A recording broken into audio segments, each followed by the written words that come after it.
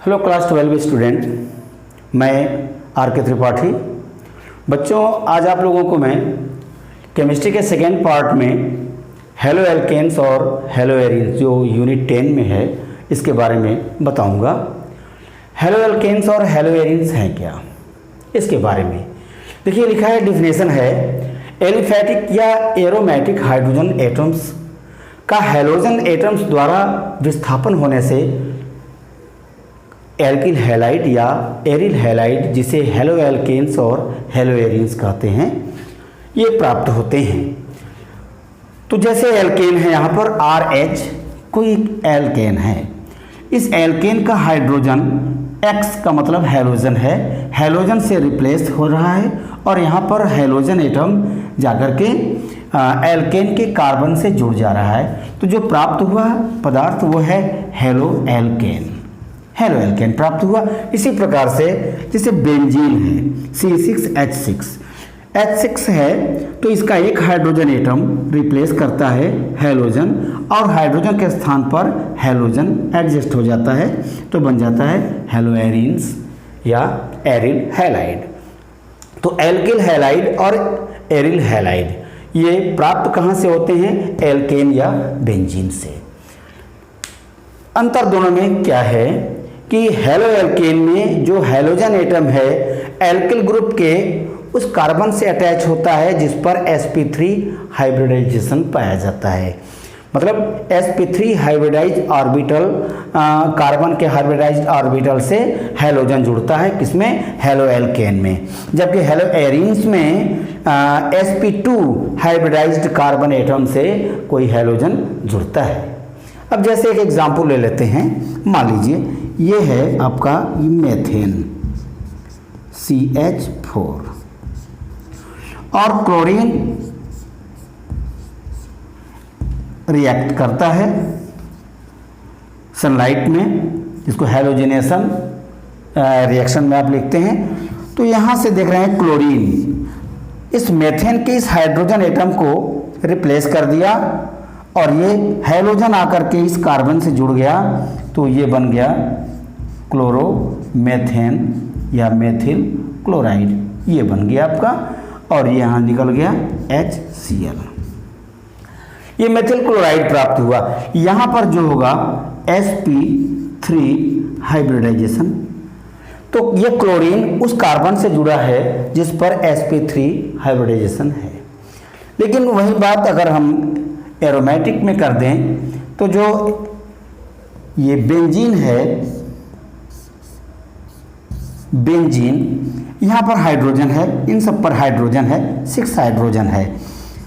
यदि क्लोरीन से हम रिएक्शन कराते हैं तो क्लोरीन मतलब Cl2 Cl और Cl, तो यहाँ H है, तो ये H को रिप्लेस कर देता है और ये बन जाता है आपका क्लोरोबेंजीन। तो क्लोरोबेंजीन क्या बन गया, एरिल हैलाइड।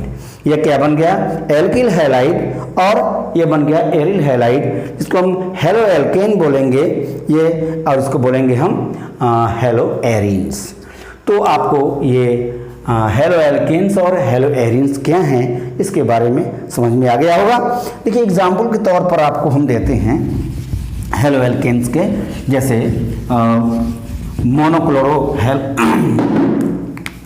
जैसे CH3Cl, और यहाँ पर हम कर दें यदि CH2Cl और CH2Cl, di halo alkanes, mono halo alkanes, di halo alkanes, और यहाँ पर CH2Cl, CHCl, CH2Cl, क्या हो गया, ट्राई हेलो एल्केन्स।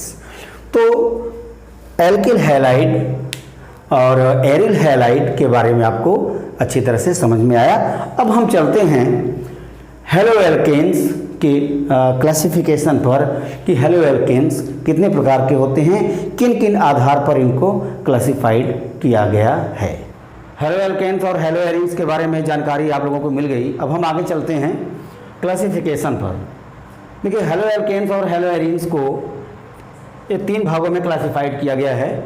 नंबर 1 है on the basis of number of halogen atoms, halogen परमाणुओं की संख्या के आधार पर। देखिए हैलोजन परमाणुओं की संख्या आपको देखना है कि जो एल्किल मूलक है, एल्किल रेडिकल है, उससे कितने हाइड्रोजन जुड़े हुए हैं। जैसे यहाँ पर देखिए C2H5X, ये क्या हो गया, मोनोहेलो एल्केन्स हो गया। यहाँ पर एक हाइड्रोजन एटम्स है, एल्किल ग्रुप से जुड़ा हुआ है, तो ये मोनोहेलो एल्केन्स हुआ। यहाँ पर संख्या 1 है, इसलिए ये मोनो हुआ। यहाँ पर 2 हाइड्रोजन एटम्स एल्किल रेडिकल से जुड़े हुए हैं, इसलिए डाई हेलो एल्केन यहाँ शॉर्ट में आपके लिए लिखा हूँ, देख लीजिएगा, डाई हेलो एल्केन। और यहाँ पर XXX का मतलब होता है hydrogen atoms, 3 hydrogen atoms attach with alkyl radical. यहाँ पर क्या हो जाएगा, 3 हेलो ट्राई हेलो एल्केन्स। इसके बाद हम आते हैं, देखिए एरिल में, तो एरिल में है कि एक बेंजीन से एक हाइड्रोजन जुड़ा है, तो क्या मोनो हेलो ये हो गया एरिन्स। ये 2 हाइड्रोजन जुड़ा है तो डाई हेलो एरिन्स। यहाँ पर 3 हाइड्रोजन जुड़ा है तो ट्राई हेलो एरिन्स हुआ। तो ये हो गया on the basis of number of hydrogen atoms. जैसे मेथिल क्लोराइड आप लिखे CH3Cl, क्या हो गया, ये मोनोक्लोरोमेथेन या मोनो हेलो एल्केन्स होगा। अब हम आते हैं कंपाउंड कंटेनिंग sp3 कार्बन और हाइड्रोजन बॉन्ड, मतलब वे कंपाउंड जिनमें कार्बन और हाइड्रोजन के बीच sp3 हाइब्रिडाइजेशन पाया जाता है। इस आधार पर ये दूसरा क्लासिफिकेशन आपको हम बता रहे हैं। कंपाउंड कंटेनिंग sp3 बॉन्ड ये 3 प्रकार का है। एल्किल हैलाइड है, दूसरा है एलिलिक हैलाइड और तीसरा है बेंजीलिक हैलाइड। आते हैं एल्किल हैलाइड पर। एल्किल हैलाइड में हाइड्रोजन एटम्स 3 कार्बन से जुड़ता है, फर्स्ट डिग्री, सेकेंड डिग्री और थर्ड डिग्री। प्राइमरी से यदि कार्बन से जुड़ता है या सेकेंडरी कार्बन से जुड़ता है या टर्शियरी कार्बन से जुड़ता है। यहाँ पर देखिए ये है, यहाँ पर एक R है, एल्किल रेडिकल है, और जबकि उस कार्बन से 2 हाइड्रोजन जुड़े हैं तो ये हो गया प्राइमरी या फर्स्ट डिग्री। यहाँ पर हाइड्रोजन उस कार्बन से जुड़ा है जिसके पास 2 हाइड्रोजन हैं। यहाँ पर एक हाइड्रोजन है, 2 एल्किल रेडिकल यहाँ पर है, ये सेकेंडरी हो गया। और यहाँ पर कार्बन से 3 एल्किल रेडिकल जुड़े हुए हैं और ये टर्शियरी कार्बन से जुड़ा हुआ है, इसलिए क्या हुआ, ये टर्शियरी एल्किल हैलाइड। तो 3 प्रकार के हो गए, प्राइमरी, सेकेंडरी और टर्शियरी। दूसरा है मतलब A और B C में इसको डिवाइड कर लीजिए। एलिलिक हैलाइड्स, एलिलिक हैलाइड्स में हाइड्रोजन एटम्स उस कार्बन से जुड़ते हैं जिसके पास डबल बॉन्ड है। देखिए यहाँ पर डबल बॉन्ड है, यहाँ पर एक सिग्मा एक पाई बॉन्ड है, यहाँ पर CH2 है। तो हाइड्रोजन एटम्स उससे जुड़े होते हैं जिनके पास समीपवर्ती कार्बन से डबल बॉन्ड जुड़ा होता है, उसको कहते हैं एलिलिक हैलाइड। तीसरा है आपका C, benzylic halides. Benzylic halides में आप देखेंगे इसमें भी प्राइमरी, सेकेंडरी और टर्शियरी। जो हाइड्रोजन से जो बेंजीन से जुड़ा हुआ है carbon, first degree, 2 hydrogen atoms हैं, यहाँ पर 1 हाइड्रोजन एटम्स हैं और एक आपका एल्किल रेडिकल जुड़ा है, यह सेकेंडरी हो गया। यहाँ पर 2 एल्किल रेडिकल और एक ये फेनोलिक ग्रुप है, तो एरिल ग्रुप है, इसको कहते हैं हम थर्ड डिग्री, और ये हो गया आपका बेंजीलिक हैलाइड। यहाँ पर sp3 हाइब्रिडाइज्ड ऑर्बिटल्स हैं, इसलिए इसको हम रखते हैं compound containing sp3 carbon hydrogen bond के अंतर्गत। थर्ड नंबर पर आपका क्लासिफिकेशन है, ऐसे आपको इजी होगा याद करने में, ये इसलिए मैं आप लोगों के लिए बना दिया हूँ। तो कंपाउंड कंटेनिंग sp2, ध्यान दीजिएगा वहाँ sp3 था, यहाँ पर sp2 कार्बन हाइड्रोजन बॉन्ड। यहाँ पर हाइड्रोजन एटम्स उस कार्बन से जुड़ता है कि जिनके पास sp2 या जिन पर sp2 संकरित ऑर्बिटल्स होते हैं, मतलब हाइड्रोजन sp2 संकरित ऑर्बिटल से जुड़ा होता है। ध्यान दीजिएगा ये 2 प्रकार का है। नंबर 1 है विनाइलिक हैलाइड। विनाइलिक हैलाइड्स में X एटम जो हाइड्रोजन परमाणु है, कार्बन कार्बन डबल बॉन्ड जो है उसके sp2 से बॉन्डिंग करके बनता है। जैसे आपका यहाँ पर है, देखिए सीधे हाइड्रोजन एटम्स उस कार्बन से जुड़ा है जिस पर क्या है डबल बॉन्ड पाया जाता है, ये एग्जाम्पल है। और दूसरा है आपका एरिल हैलाइड्स।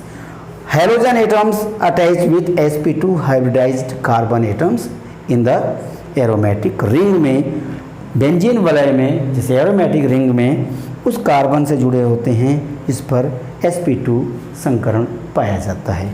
तो इस प्रकार से आपको आज यह ज्ञात हुआ कि एल्किल हैलाइड और एरिल हैलाइड क्या है, उसका क्लासिफिकेशन, एग्जाम्पल और उसके क्लासिफिकेशन, ये 3 प्रकार के क्लासिफिकेशन हैं।